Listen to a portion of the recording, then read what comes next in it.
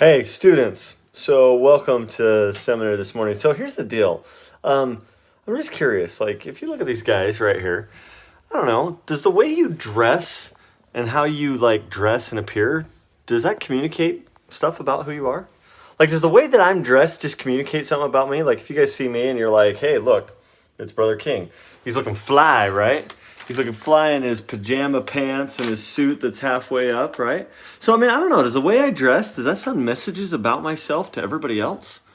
Because there's a weird doctrine in the scriptures that when we're not living the gospel of Jesus Christ, we'll want to mark ourselves in a way that will actually show that we're not a part of the church, that we're not good kids. Do you believe that?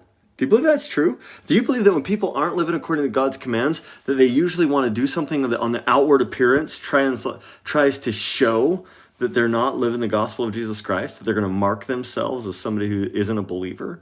Have you ever noticed that sometimes people will rebel at church and they won't wear ties or they will wear different clothes or whatever else? Not that it matters what we dress like in church. Honestly, anybody could come to church dressed however they want as long as they're modest and clothes, right? But have you ever noticed that it seems like when people aren't living the gospel of Jesus Christ, they tend to do something to their physical expression that marks them as somebody who's not a believer? Do you believe that? Because today in the scriptures, we're going to study about something super cool, all right? We get to study in Alma chapter 1, and this is going to be fun. We get to study in Alma chapter 2 and Alma chapter 3. We get to study about a guy who's named Amlici. The dude wants to be king, right? And so he, in the laws of the land, you got to vote for it. So he gathers all the people together and they vote, and the voice of the people comes together, and people in the church, they're super worried about it because they're he's going to become a king and take away our rights. And other people are like, man, this is crazy. We need a king. And there's much dispute and wonderful contentions. But in the end, he doesn't become king. The voice of the people doesn't elect him as king. However, you're going to read this today, and you're going to read that they may not elect him as king, right? And they may not elect him as king right off, but he gets super ticked, and he's going to go get an army, and he's going to come attack the people because he's like, oh my gosh, I want to be king, and if you didn't vote for me, then I'm going to do something about it to make me king, right?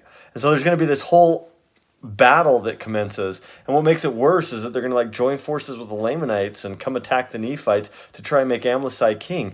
But what you're going to read today, you're going to read, and I'm going to flip the page here, you're going to read about how these people, they start to mark themselves. They start to distinguish themselves as different. So what I want you to do is in chapter 3, I want you to see how many times you can find the word mark. Mark the word mark in chapter 3. And you want to look for this doctrine. You want to look for why is it that people tend to mark themselves when they're not living the gospel of Jesus Christ? Why is that? Okay? That's the doctrine you're looking for. And you're going to answer a question, how many times can you find the word mark and mark it in your scriptures? And then you're also going to talk to me about whether you really believe that. Do you really believe that how we dress is a reflection of who we are on the inside, or rather sends messages about who we are? Because sometimes I think some of us send the wrong message with how we dress and how we appear. And does the way we dress and the way we mark ourselves meaning what we do with our appearance, does that affect how we act? Does it really affect our actions when we change our appearance? I know we're a bunch of judgmental snobs that we usually make judgment calls about people with the way that they're dressed. And sometimes the way people dress is sending wrong messages about them. But is it a true doctrine that when we're not living the gospel of Jesus Christ, we do something in our outward appearance that kind of indicates that?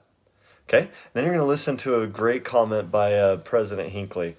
And I love his talk, because he's going to talk about tattoos and stuff. It's going to be awesome. So make sure you watch that video, and you can explore the Book of Mormon Seminary Home Study Manual too as well. And hopefully you have a powerful study as you read Alma chapter 2 and chapter 3. Peace out. We'll see you on Friday for our Zoom.